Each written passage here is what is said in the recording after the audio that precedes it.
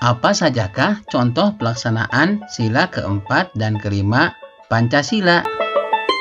Mari kita cari tahu jawabannya pada video berikut ini. Assalamualaikum warahmatullahi wabarakatuh. Apa kabar anak-anakku? Semoga kalian dalam keadaan sehat walafiat. Semangat, semangat, semangat. Mari kita awali pembelajaran hari ini dengan bersama membaca Bismillahirrahmanirrahim. Video pembelajaran kelas 6 tema 1 subtema 2 muatan PPKN. Contoh pelaksanaan sila keempat dan kelima Pancasila. Kita mulai. Pahamilah lagi kelima sila Pancasila berikut ini.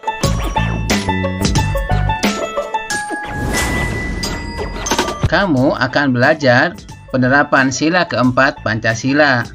Bacalah teks berikut dalam hati. Santi sangat sedih.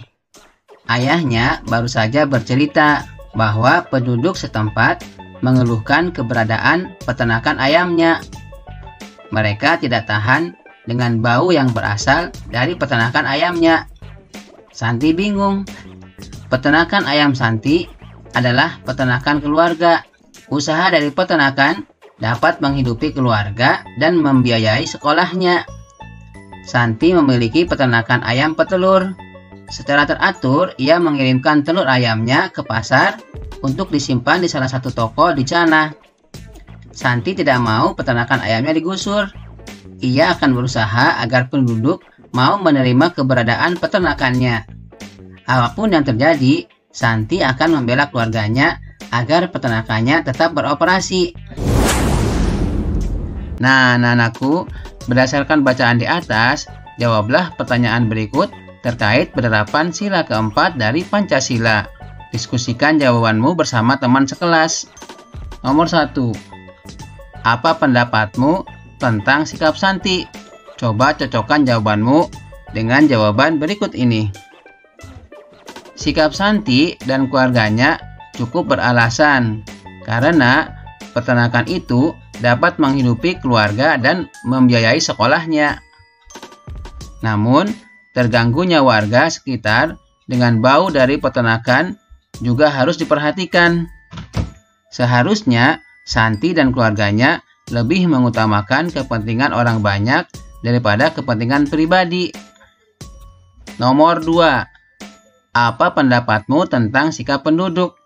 Coba cocokkan jawabanmu dengan jawaban berikut ini. Sikap penduduk tentunya wajar. Kotoran ayam dari kandang ayam keluarga Santi menyebabkan pencemaran udara berupa bau yang mengganggu kenyamanan warga. Nomor 3. Apa yang sebaiknya Santi lakukan dalam menghadapi masalahnya? Cocokkan jawabanmu dengan berikut ini. Sebaiknya Santi dan orang tuanya memindahkan kandang ayamnya jauh dari pemukiman warga. Lokasi tempat pemeliharaan yang jauh dari pemukiman warga tentunya tidak akan mengganggu kenyamanan warga. Nomor 4. Apa yang sebaiknya penduduk lakukan terhadap keberadaan peternak ayam? Alternatif jawabannya, sebaiknya penduduk memusyawarahkan mengenai dampak dari peternakan milik keluarga Santi. Tujuannya agar Santi dan keluarganya tidak kehilangan mata pencaharian. Masyarakat pun tidak terganggu dengan bau yang ditimbulkan dari peternakan tersebut. Anak-anakku, ingatlah, penerapan sila keempat dari sila Pancasila sangat penting dilakukan. Dalam kehidupan sehari-hari, kamu mungkin menyaksikan beberapa permasalahan dan akan teratasi saat sila keempat diterapkan. Lalu, apa sajakah contoh pelaksanaan sila keempat lainnya? Perhatikanlah. Yang pertama, tidak memaksakan keinginan. Yang kedua, mengutamakan kepentingan orang banyak. Yang ketiga, bermusyawarah. Dan yang keempat, menjalankan keputusan yang telah disepakati bersama. Anak-anakku, coba carilah lagi 3 contoh perilaku atau sikap lain dalam kehidupan sehari-hari yang sesuai dengan nilai-nilai Pancasila pada sila keempat.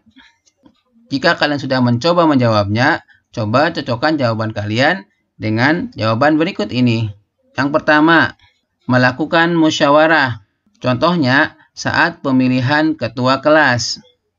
Yang kedua, mematuhi dan menjalankan hasil musyawarah dengan iktikad yang baik. Contohnya, melaksanakan tugas piket sesuai jadwal yang telah disepakati sebelumnya. Yang ketiga, tidak memaksakan pendapat sendiri pada orang lain. Contohnya, saat melakukan diskusi kelompok, harus mendengarkan pendapat yang disampaikan oleh anggota kelompok yang lain. Anak-anakku, sekarang cobalah cari 3 contoh perilaku atau sikap lain dalam kehidupan sehari-hari di sekolah yang sesuai dengan nilai-nilai sila keempat Pancasila. Jika kalian sudah mencoba menjawabnya, coba perhatikan jawaban berikut ini.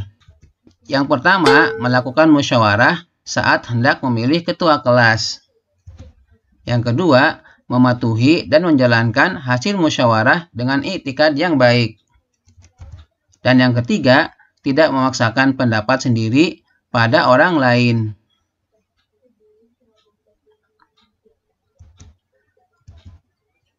Anak-anakku, setelah kalian tahu contoh pelaksanaan sila keempat Pancasila, lalu apa saja contoh pelaksanaan sila kelima Pancasila? Sebelumnya, mari kita baca kembali sila kelima Pancasila, yaitu keadilan sosial bagi seluruh rakyat Indonesia. Ingat ya, keadilan sosial bagi seluruh rakyat Indonesia. Rakyat Indonesia, bukan bangsa Indonesia. Contoh penerapan sila kelima Pancasila. Yang pertama, bersikap adil. Yang kedua, menghormati hak-hak orang lain. Yang ketiga, suka memberi pertolongan. Yang keempat, menghargai hasil karya orang lain.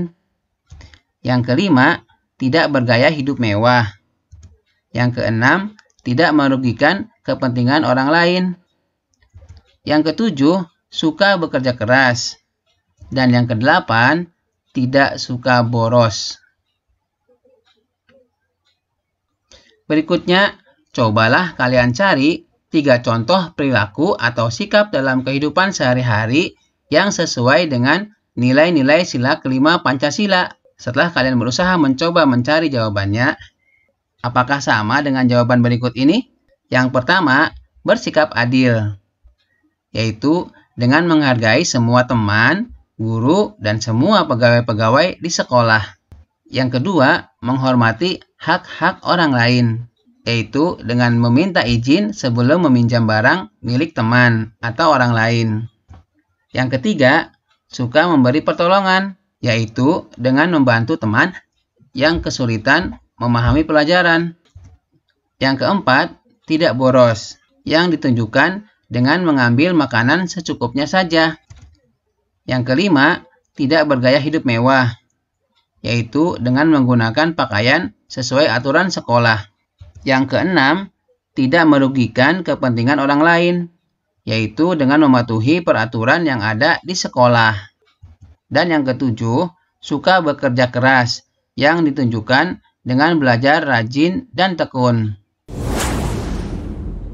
Demikianlah video pembelajaran tema 1 subtema 2 muatan PPKN. Jangan lupa like, komen, subscribe channel YouTube Muhammad Mas'ud. Assalamualaikum warahmatullahi wabarakatuh.